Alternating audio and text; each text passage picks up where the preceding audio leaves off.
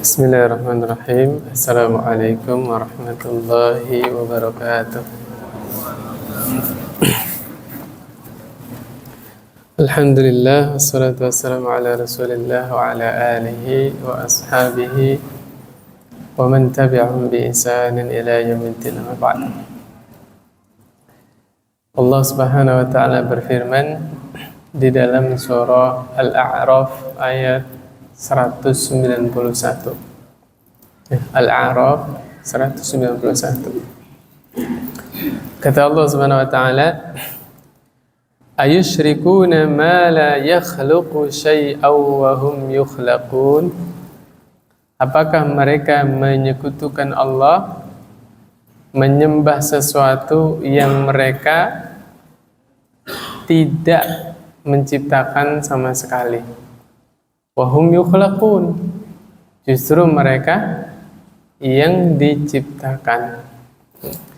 Jadi berhala yang disembah oleh manusia, ya, patung-patung yang disembah oleh manusia, mereka itu nggak bisa menciptakan sesuatu pun, justru mereka yang diciptakan.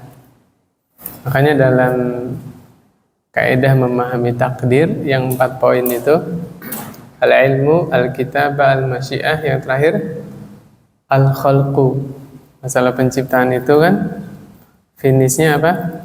Segala sesuatu selain Allah adalah makhluk, ya. Maka tidak berhak disembah, ya.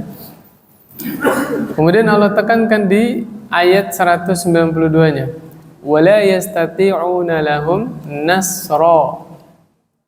Mereka ini sesembahan-sesembahan yang disembah selain Allah sama sekali tidak bisa memberikan pertolongan.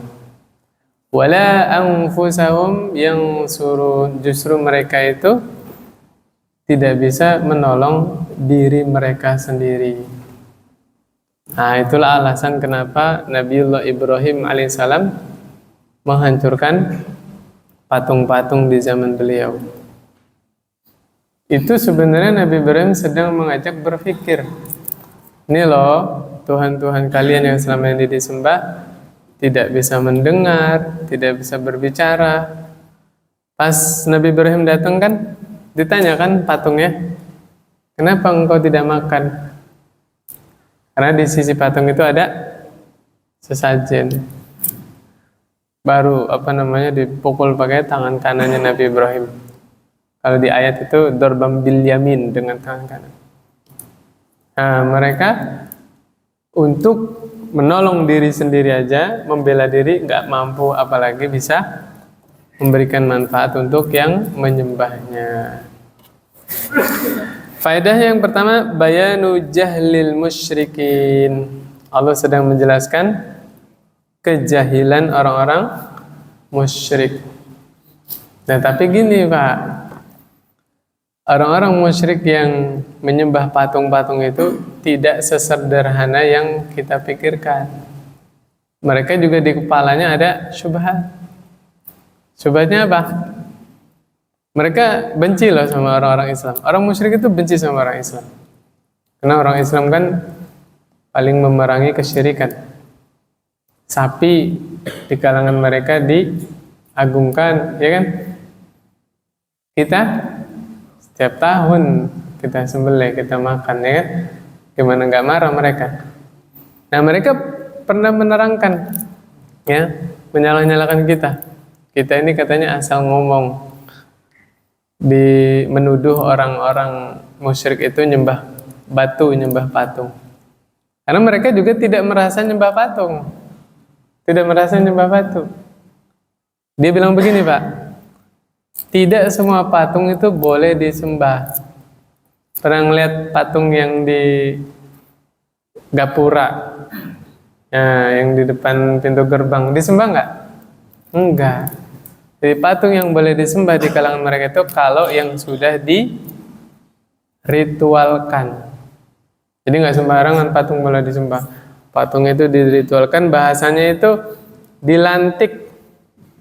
Iya, supaya patung ini legal, formal, menjadi perwakilan dewa-dewa yang mereka sembah. Paham maksudnya Pak? Nah, itu syubhat yang ada di kepala mereka sehingga mereka tidak merasa nyembah batu atau nyembah patung. Nah, begitu Pak. Nah, ini tugasnya teman-teman, gimana membantah syubhat yang demikian. Ya. Ala kulli hal, kita punya fitrah yang bersih bahwa yang berhak disembah hanya Allah Subhanahu wa taala. Kemudian yang nomor 2, isbatu ajzil ma'budin. Allah menetapkan betapa lemahnya Tuhan-Tuhan yang disembah selain Allah, wa adami salahiyatihim lil ibadati bid-dalilil aqli.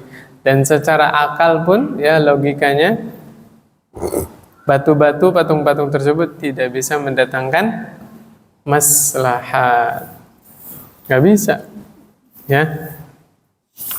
Kemudian ayat berikutnya, kalau Al-A'raf tadi 191, 192 menerangkan tentang batilnya Tuhan-Tuhan selain Allah. Surah Fatir ayat 13, ayat 14 ini menerangkan betapa Allah yang Maha Kuasa. Kata Allah Subhanahu wa taala, yulijul laila fin nahar wa yulijun nahara fil lail. Allah dialah yang memasukkan malam ke dalam siang dan Allah yang memasukkan siang ke dalam malam. Wa sakhkhara asy-syamsa wal qamar, dan Allah pula yang menundukkan matahari dan bulan. Ya, kita lihat betapa panasnya matahari ya, tapi tunduk kepada Allah Subhanahu wa taala. Kullu yajri li ajalin musamma. Matahari dan bulan beredar mengelilingi bumi, berputar sampai batas waktu yang Allah tentukan. Ini Bapak pahamnya yang mana nih?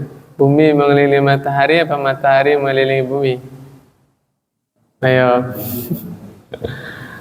Kalau dulu kita di SD diajarin sama guru kita, bumi mengelilingi matahari.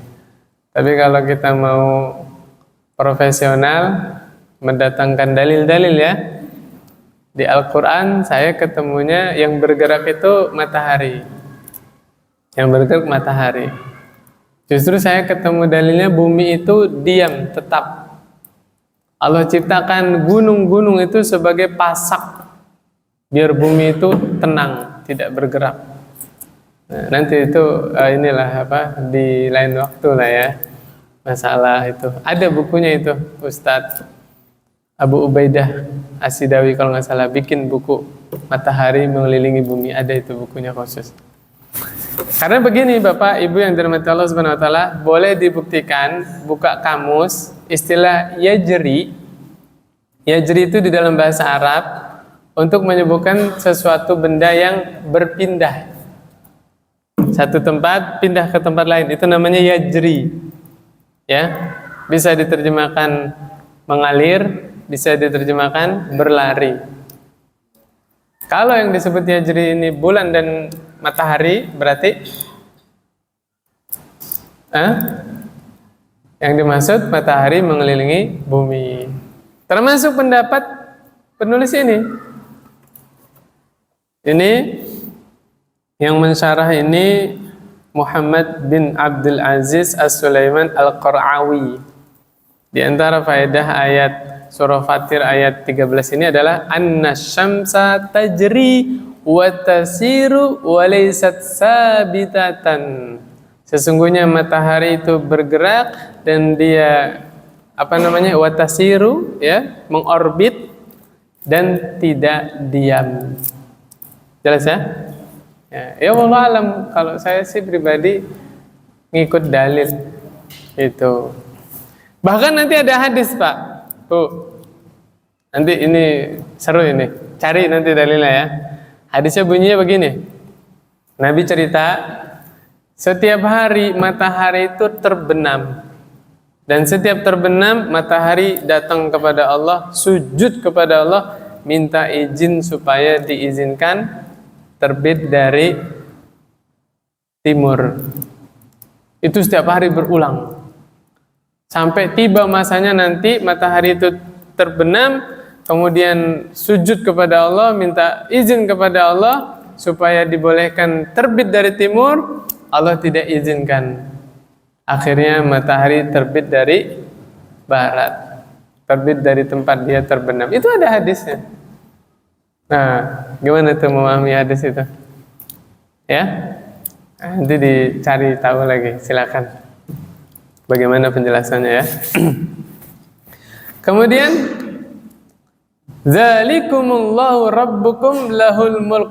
Demikianlah Allah yang mampu mengatur siang dan malam, Allah yang mampu menundukkan matahari dan bulan.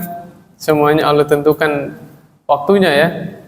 Gak ada yang abadi di dunia ini, ada waktunya. Rabbukum lahul mulk. Allah itu Rabb kalian dan seluruh kerajaan itu hanya milik Allah. Walladzina tad'una min dunihi ma yamlikuna min qitmir. Dan sesembahan-sesembahan yang kalian sembah selain Allah, sama sekali mereka tidak memiliki sesuatu apapun. Min qitmir, walaupun kulit ari di kurma itu loh. Teman-teman kalau makan kurma, di bijinya itu nempel kulit tipis kan? Nah, barang sekulit tipis kulit ari kurma itu aja mereka nggak punya, apalagi yang lebih bernilai daripada kulit ari kurma tersebut. Padahal milik Allah lah seluruh kerajaan. Ya, itad'uhum la yasma'u du'aakum. Apabila kalian berdoa kepada Tuhan-Tuhan selain Allah tadi, mereka sama sekali tidak mendengar doa kalian. Walau sami'u mastajabu lakum. Walaupun seandainya mereka mendengar, mereka sama sekali tidak bisa mengabulkan. Wa yaumal qiyamati yakfuruna bisyirkikum. Dan pada hari kiamat nanti, berhala-berhala tersebut akan mengingkari kesyirikan kalian. Kata Allah, wala yunabbi'uka mithlu khabir. Dan mereka sama sekali tidak bisa mengabarkan sekecil apapun ya, sedikit apapun informasi, nggak bisa. Nah, nanti pada hari kiamat, berhala-berhala yang disembah itu bermusuhan dengan orang-orang musyrik. Kok bisa gitu? Dulu Tuhan-Tuhan selain Allah yang disembah itu adalah orang-orang soleh. Ya, artinya mereka ini nggak salah, yang salah siapanya? Penyembahnya, pengikutnya. Nabi Isa disembah nggak? Iya, saya tanya Nabi Isa salah nggak? Enggak. Nabi Isa nggak pernah sekalipun mengajak manusia untuk menyembah dirinya, nggak pernah. Nah, nanti orang Nasrani dengan Nabi Isa pada hari kiamat itu bermusuhan, dan Nabi Isa mengingkari kesyirikan mereka. Nah, waktu itu saya pernah sampaikan di sini ya, bahwa nanti berhala-berhala, nah kan seiring berjalannya waktu kan, tauhid itu bukan dari kalangan dulu orang soleh yang dituhankan saja kan. Semakin kesini zaman nanti makhluk-makhluk yang buruk pun disembah, benar gak? Makhluk yang tidak berakal disembah juga kan? Ada hadis nanti berhala-berhala yang dulu disembah itu akan dimasukkan ke dalam neraka bersama orang-orang musyrik. Nah, berhalanya ini di sini yang memang bukan orang soleh ya, termasuk bulan dan matahari. Nah, pernah saya sampaikan di sini ya. Kan matahari nggak salah apa-apa. Matahari berakal tidak? Bulan berakal tidak? Terus kok dimasukkan ke dalam neraka? Ternyata matahari dan bulan juga dimasukkan ke dalam neraka bukan untuk disiksa, tapi menjadi alat untuk menyiksa orang-orang musyrik. Ngeri nggak Pak? Disiksanya pakai apa? Pakai matahari, pakai bulan. La ilaha illallah. Nah, itu dijelaskan oleh para ulama juga ya, mengenai nanti kejadian di hari kiamat nanti. Bayangin Pak, matahari sejauh itu aja, kita siang-siang udah panas nggak? Panas. Nanti di padang mahsyar kan dideketin lagi sampai beberapa mil kan, tambah panas. Nah, ini mataharinya Allah masukkan ke dalam neraka. sebagai alat untuk menyiksa orang-orang musyrik yang dulu menyembah matahari. La ilaha illallah.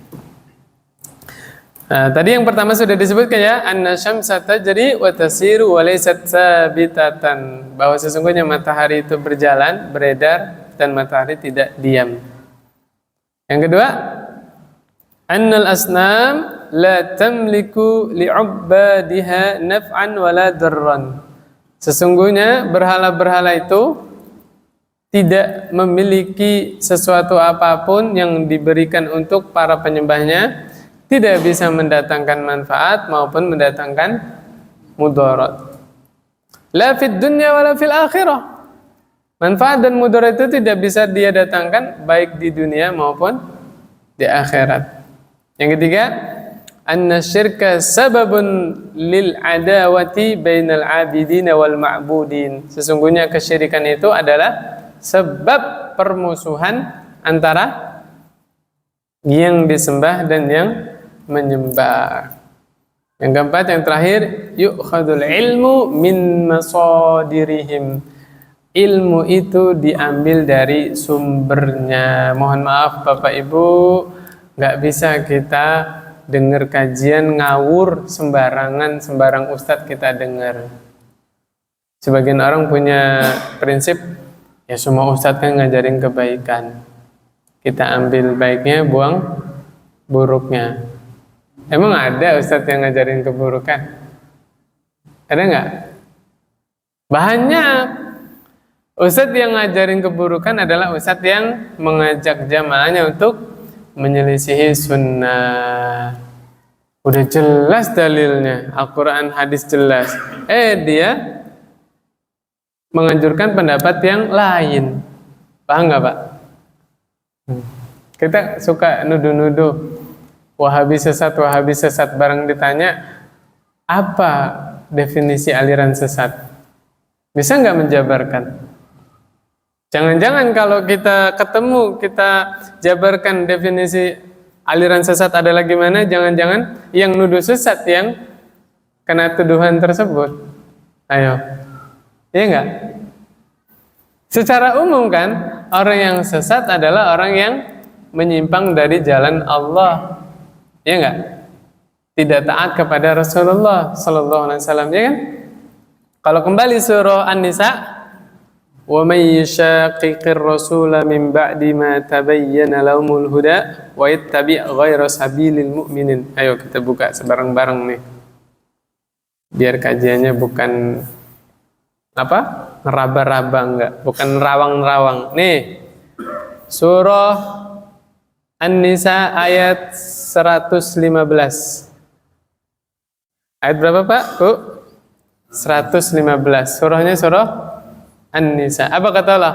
Wa may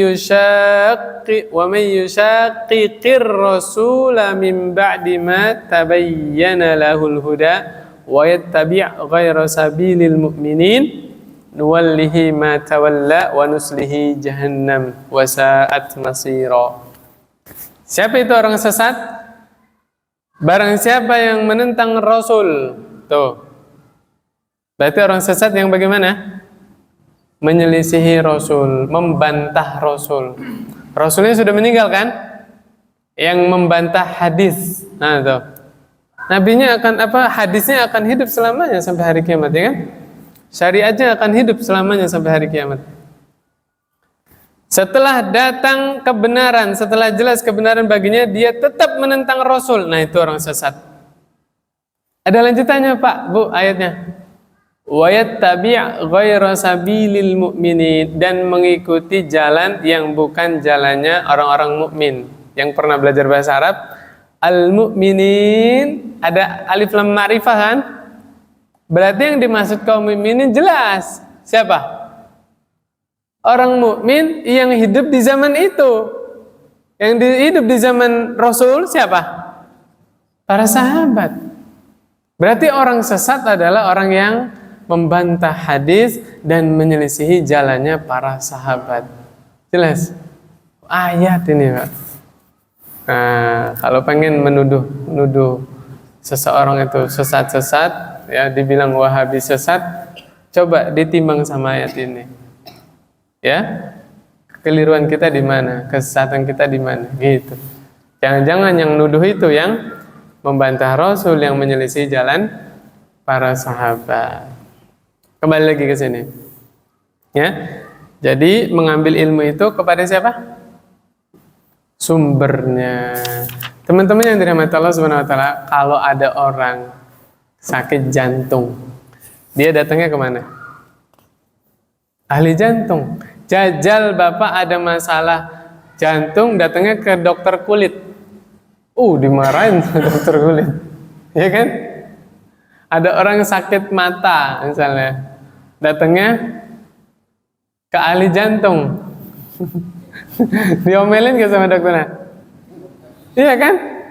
Bapak kalau di jalan ban motornya kempes, datang ke apotik apa tukang sate, Pak? Kemana? Tambal ban kan? Bayangin. Oke, gak usah ke situ deh. Makanan aja. Misalnya kita divonis nih, udah kolesterol lah, asam urat lah, apalagi gula darah misalnya, darah tinggi, segala macam ya. Bisa nggak makan sembarangan? Nggak bisa. Konsultasi sama dokter kan, dok, makanan yang masih boleh saya makan apa aja ini? Tuh, dalam perkara duniawi aja yang itu bisa memudorotkan fisik kita, kita hati-hati. Ya kan? Kita serahkan kepada ahlinya. Padahal fisik yang kita pakai sekarang ini itu nggak selamanya. Cuman sampai usia 60 atau 70 tahun, ya kan? Perkara duniawi aja kita hati-hati, kita pilih-pilih, serahkan kepada ahlinya. Kenapa perkara agama yang taruhannya akhirat kita sembarangan mengambil? Subhanallah. Berarti kita lebih mencintai dunia kita daripada akhirat kita. La ilaha illallah. Ya. Jadi memang sudah benar jalannya para salaf, pilih-pilih guru itu memang benar. Maksudnya bukan milih guru yang asik, yang banyak ketawanya, bukan ya. Yang ilmunya jelas. Ketika menjabarkan sesuatu itu bisa dipertanggungjawabkan referensinya, bukan katanya. Lanjut. Sekarang di hadis ya. Wafis sahih, maksud di dalam sahih ini ada di dalam kitab Sahih Muslim dan Sahih Bukhari ya. Kalau mau ngecek boleh diperiksa ya. Sahih Muslim nomornya 1791. Kalau Sahih Bukhari ini nomornya 4069. Ada yang iseng-iseng ngecek gak? Coba aja diperiksa ya. Gimana hadisnya? Hadisnya dari sahabat Anas bin Malik.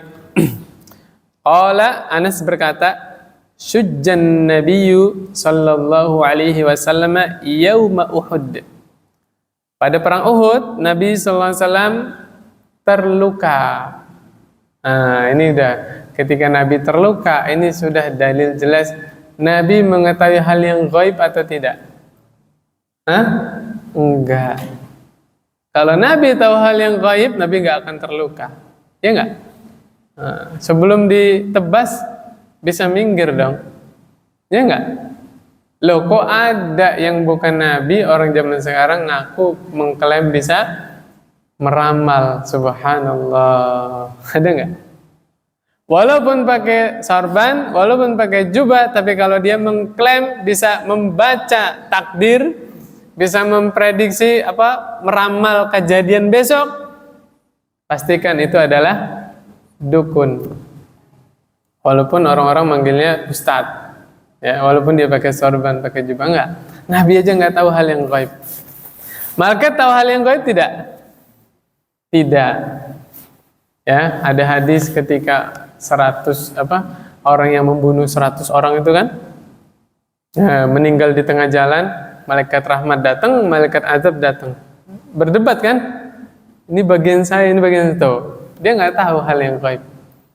Kemudian hadis tentang Mi'raj, ketika Nabi dibawa oleh malaikat Jibril ke langit yang pertama, Assalamualaikum kan, malaikat yang jaga pintu bilang apa?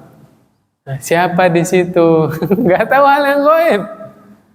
Jibril, waman ma'ak, siapa yang bersamamu? Muhammad, apakah dia sudah diutus? Enggak tahu hal yang gaib. Ya, harus diyakini oleh setiap orang Islam yang mengetahui hal yang gaib hanyalah Allah Subhanahu wa taala. Selain Allah enggak tahu apa-apa. Wa kasurat roba'iyatuh. Nih, apa nih?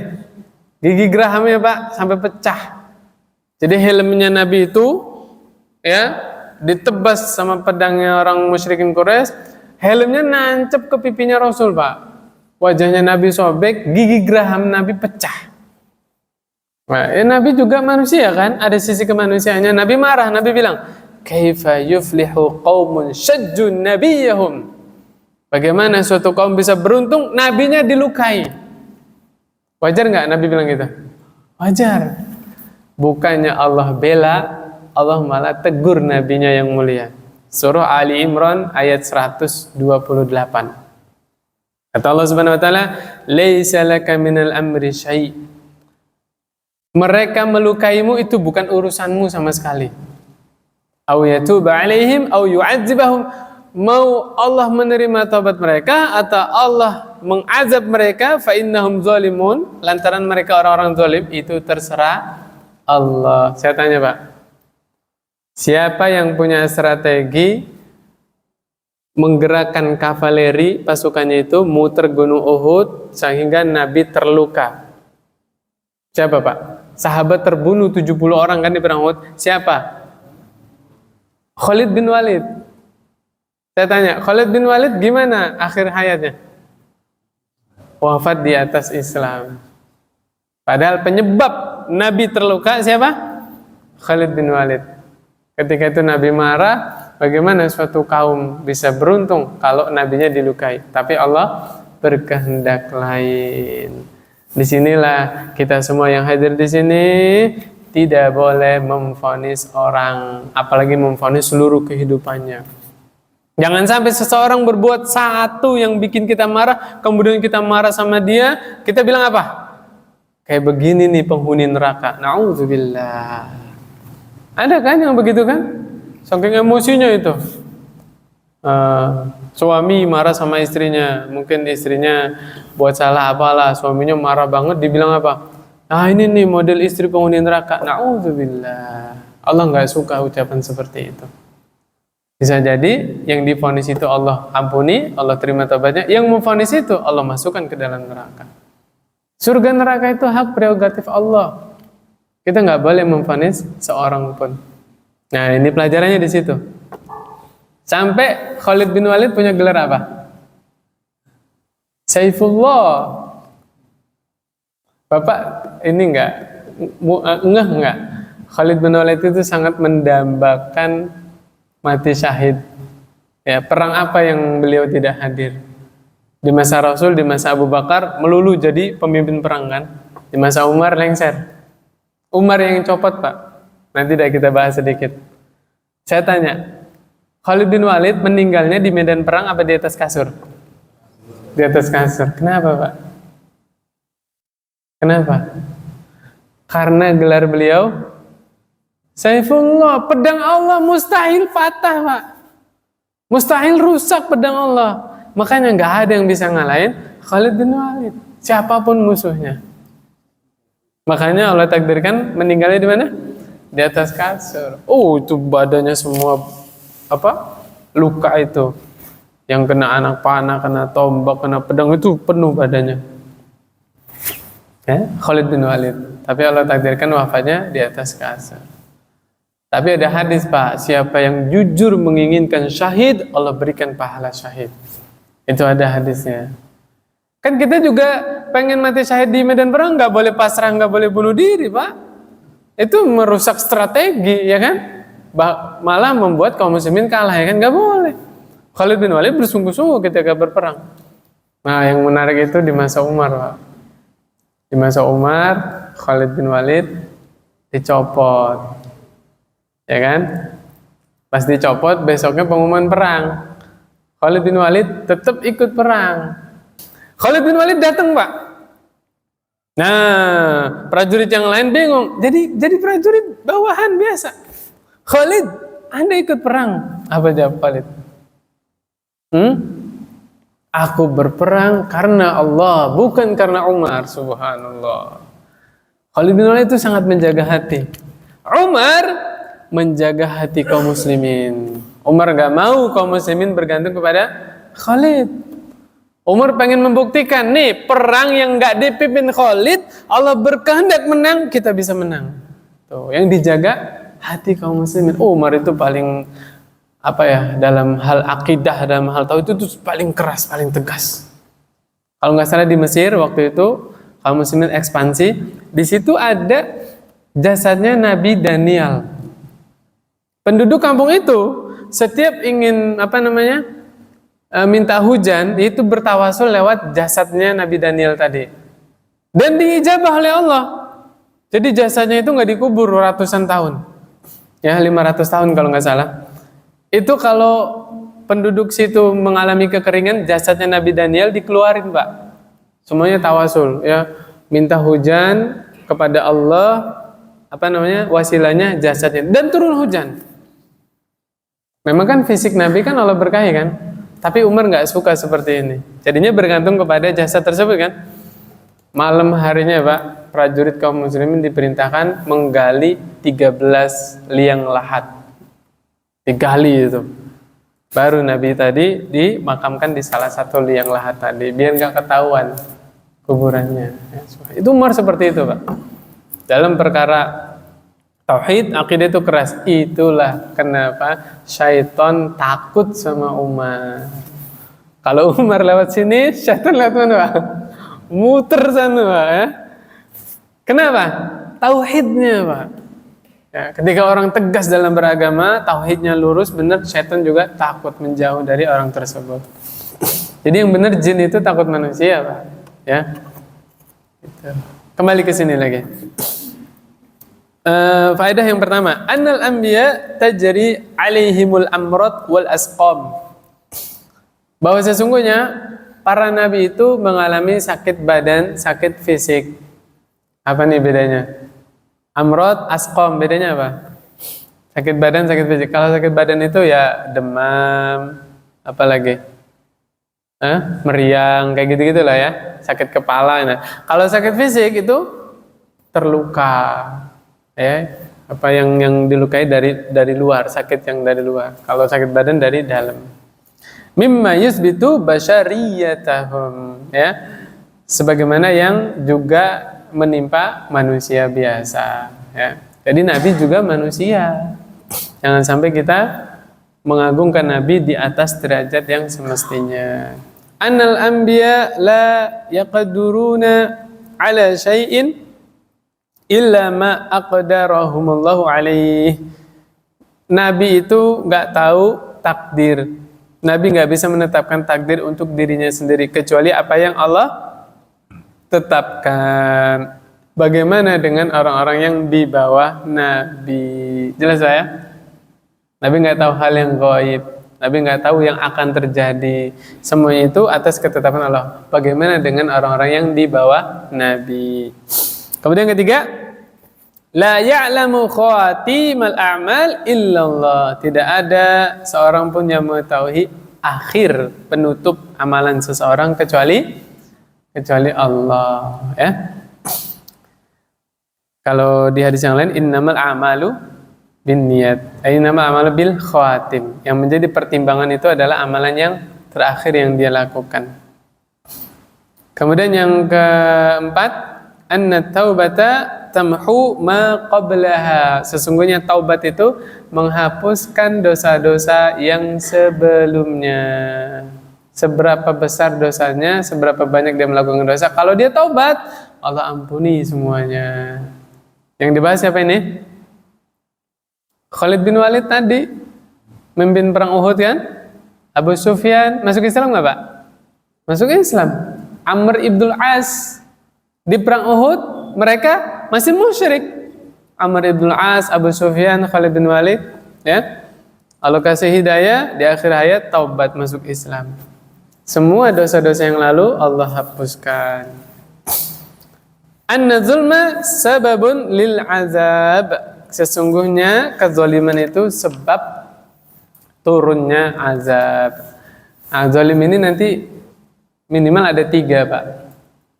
Orang yang menzalimi diri sendiri, kemudian menzalimi makhluk Allah, kemudian tidak menunaikan hak Allah. Nah, itu sebesar-besar kezaliman. Kalau yang kedua, ini termasuk dia zalim kepada manusia, juga kepada hewan. Nah, ada bapak-bapak beli burung, burungnya dikandangin. Habis itu nggak dikasih makan, nggak dikasih minum. Zalim nggak? Zalim. Ya. Pelihara kucing, kucingnya dikandangin. Habis itu ditinggal mudik. Ayo, pulang-pulang meninggal kucingnya. Zalim nggak? Nah, hati-hati ya, hati-hati. Ini kan dilepas kucingnya. Nah, biar cari makan sendiri. Ya. Mana tadi? Udah ya? Ya, kita lanjut ke hadis yang berikutnya. Wafihi, dan hadis riwayat Bukhari, Ani bin Umar, dari Abdullah bin Umar, annahu sami'a Rasulullah sallallahu alaihi wasallam yaqulu idza rafa'a ra'sahu minar ruku'i fi raq'atil akhirati minal fajr, Allahumma al'an fulan wa fulan ba'dama yaqulu sami'allahu liman hamidah rabbana walakal hamdu fa anzalallahu laisa laka minal amri syai'. Ali Imran ayat 128. Di sini Abdullah bin Umar cerita di masa Nabi itu pernah ya ketika sholat subuh rakaat yang kedua setelah sami'allahu liman hamidah rabbana walakal hamdu, Nabi doa Allahumma al'an fulan wa fulan, ya Allah laknatlah fulan dan fulan. Nah, ini yang biasa disebut apa? Qunut nazilah, yaitu apa namanya, mendoakan keburukan untuk orang-orang yang menindas kaum muslimin. Ketika Nabi baca qunut nazilah tadi ya, malah Allah turunkan Ali Imran ayat 128, laisa laka minal amri syai', ya, yang mereka perbuat itu bukan urusanmu sama sekali. Nah, di sini kita sebutkan ya faedahnya. Yang pertama, annal imam yajma'u bainat tasmi'i wat tahmid. Imam salat nih harus nyambung dari sami Allahu liman hamidah sama Rabbana lakal hamdu. Termasuk kekeliruan, mohon maaf nanti boleh dikoreksi, dan bisa tidak sah salatnya imam yang tidak baca Rabbana lakal hamdu. Jadi yang benar kalau imamnya mau doa qunut ya setelah Rabbana lakal hamdu. Ya, mungkin kurang teliti belajarnya, ada yang imam sami Allahu liman hamidah langsung Allahumma hdina fiman hadait, keliru. Yang benar itu nyambung sami Allahu liman hamidah Rabbana walakal hamdu, baru kalau mau doa qunut gitu ya. Jadi tetap baca apa? Rabbana lakal hamdu atau Rabbana walakal hamdu. Yang kedua, masyru'iyatul qunuti fi salatil fajri lil hajah. Disyariatkan qunut subuh kalau memang ada kebutuhan. Biasa disebut apa? Qunut nazilah. Adapun yang apa namanya? Setiap subuh doa qunut ya. Ada dalilnya, ada hadisnya ada, tapi dhaif. Dhaif itu apa? Lemah. Nanti bisa diterangkan lagi, dikoreksi lagi secara ilmu hadis ya. Nah, Imam Syafi'i menguatkan hadis tersebut, tapi Imam Ahmad mendhaifkannya. Dan nanti kalau kita lihat biografinya ya, dalam perkara kaidah-kaidah fikih Imam Syafi'i unggul.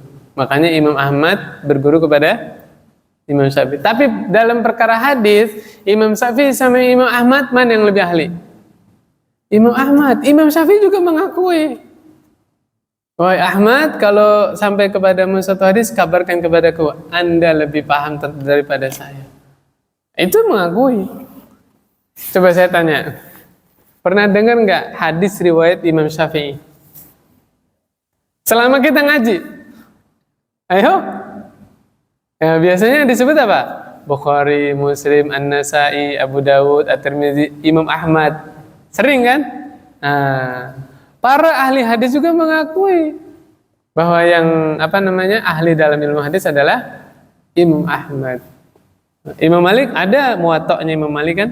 Ada kitab hadisnya. Nah, demikian. Jadi kalau ditanya qunut subuh dalilnya ada tidak? Ada, tapi hadisnya dhaif, lemah, tidak bisa dijadikan hujjah. Wallahu a'lam bishawab. Tapi kita harus tasamuh, Pak. Tasamuh itu lapang dada. Kita memahami yang disyariatkan sholat subuh tidak pakai kunut. Tapi ketika kita bermakmum kepada imam yang kunut subuhnya, sah nggak sholatnya? Sah, lanjut aja. Nggak usah khawatir. Ya. Terus gimana kalau kita yang menganggap bahwa kunut subuh itu bid'ah? Gimana? Boleh mengulang-ulang bacaan i'tidalnya. Sami'allahu liman hamidah. Rabbana walakal hamdu li rabbil hamdu li rabbil hamdu li rabbil hamdu, gitu. Jadi kita juga nggak bengong. Walaupun kalau Bapak mau ngaminkan juga silakan. Itu fatwanya Imam Ahmad.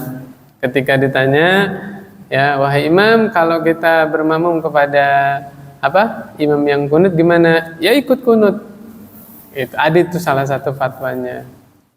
Dasarnya ju'ilal imam liyutamma bih, dijadikan imam untuk diikuti. Yang masalah itu ya, imamnya kunut, bapaknya sujud. Nah, itu masalah. Itu digebuk sama orang, saya nggak belain. Jangan. Yang benar semua berdiri. Urusan ngangkat tangan atau tidak ngangkat tangan, saya tanya, ngangkat tangan hukumnya wajib tidak? Tidak. Boleh kita ikut kunut, amin, tapi tangannya nggak ngangkat, boleh tidak? Boleh. Sunnah ngangkat tangan itu. Makanya jangan suudzon juga sama, misalnya yang kunut angkat tangan ya, temennya di sebelah nggak ngangkat tangan, suruh ngangkat gitu. Jangan, masing-masing aja ya. Nah, di situ namanya tasamuh, lapang dada, ya. Nggak bisa Pak, kita memaksakan pendapat kita, nggak bisa. Itu ya. Cuma nanti tugasnya DKM ini biar jamaahnya nggak ribut ini, ya. Nanti disampaikan ya, kita saling menghargai aja, gitu. Ya. Kemudian berikutnya, isbatu annal Qur'an munazzalun ghairu makhluqin. Kita menetapkan bahwa Al-Quran itu diturunkan. Ya, Al-Quran bukan makhluk. Al-Quran bukan diciptakan. Al-Quran diturunkan. Berasal dari mana? Dari Allah. Makanya hadisnya kan, Nabi qunut nazilah, kemudian fa'anzalallahu, kemudian Allah menurunkan. Ya, tadi itu Ali Imran ayat 128. Jelas ya Pak ya? Al-Quran diturunkan. Siapa yang menurunkan? Allah. Berarti Allah ada di mana? Ya, pikir aja sendiri ya. Ya, Allah yang menurunkan Al-Quran kan? Ya sudah. Yang keempat, bayanu annal anbiya la yamlikuna naf'an wala darran wala ya'lamuna al-ghaib. Penjelasan bahwa para nabi tidak memiliki manfaat, tidak memiliki mudarat. Maksudnya memberikan manfaat yang murni, Allah yang menetapkan gitu ya. Kali gini, jangan salah paham. Hidayah ada berapa Pak? Ada dua. Hidayatul irsyad, hidayatul taufiq. Nah, hidayatul irsyad semua orang punya, yaitu menjelaskan kebenaran.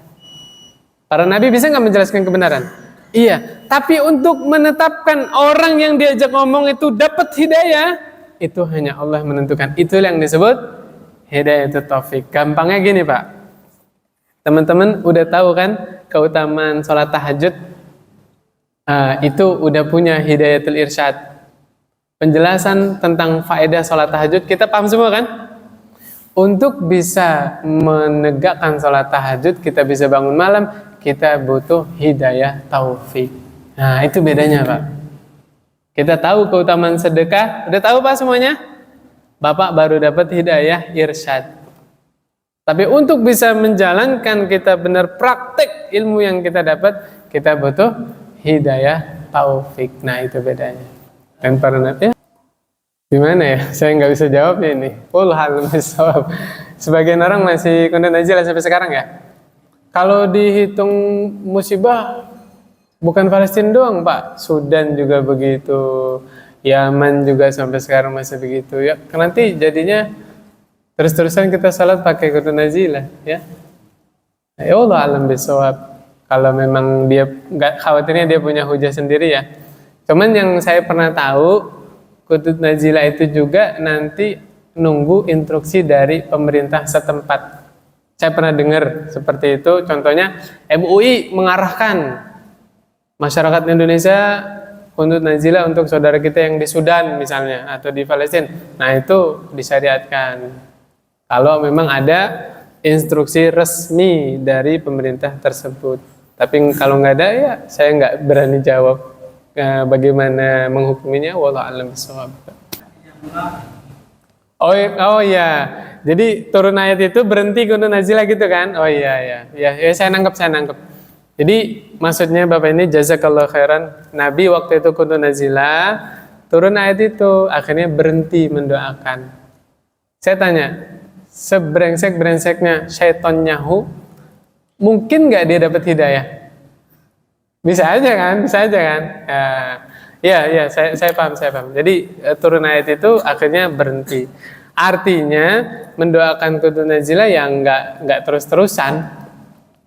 Mungkin beberapa hari atau 1 pekan udah cukup, habis itu tidak melanjutkan kutub nazilahnya nggak masalah. Karena praktek Nabi pernah kutub nazilah beberapa waktu. Dalam hadis ada 1 bulan ya. Habis itu berhenti, Nabi nggak doakan lagi. Gitu. Wallahu a'lam bishawab. Cukup ya. Kita akhiri dengan doa kafaratul majelis. Subhanakallahumma wa bihamdik asyhadu an la ilaha illa anta astaghfiruka wa atubu ilaik. Assalamualaikum warahmatullahi wabarakatuh.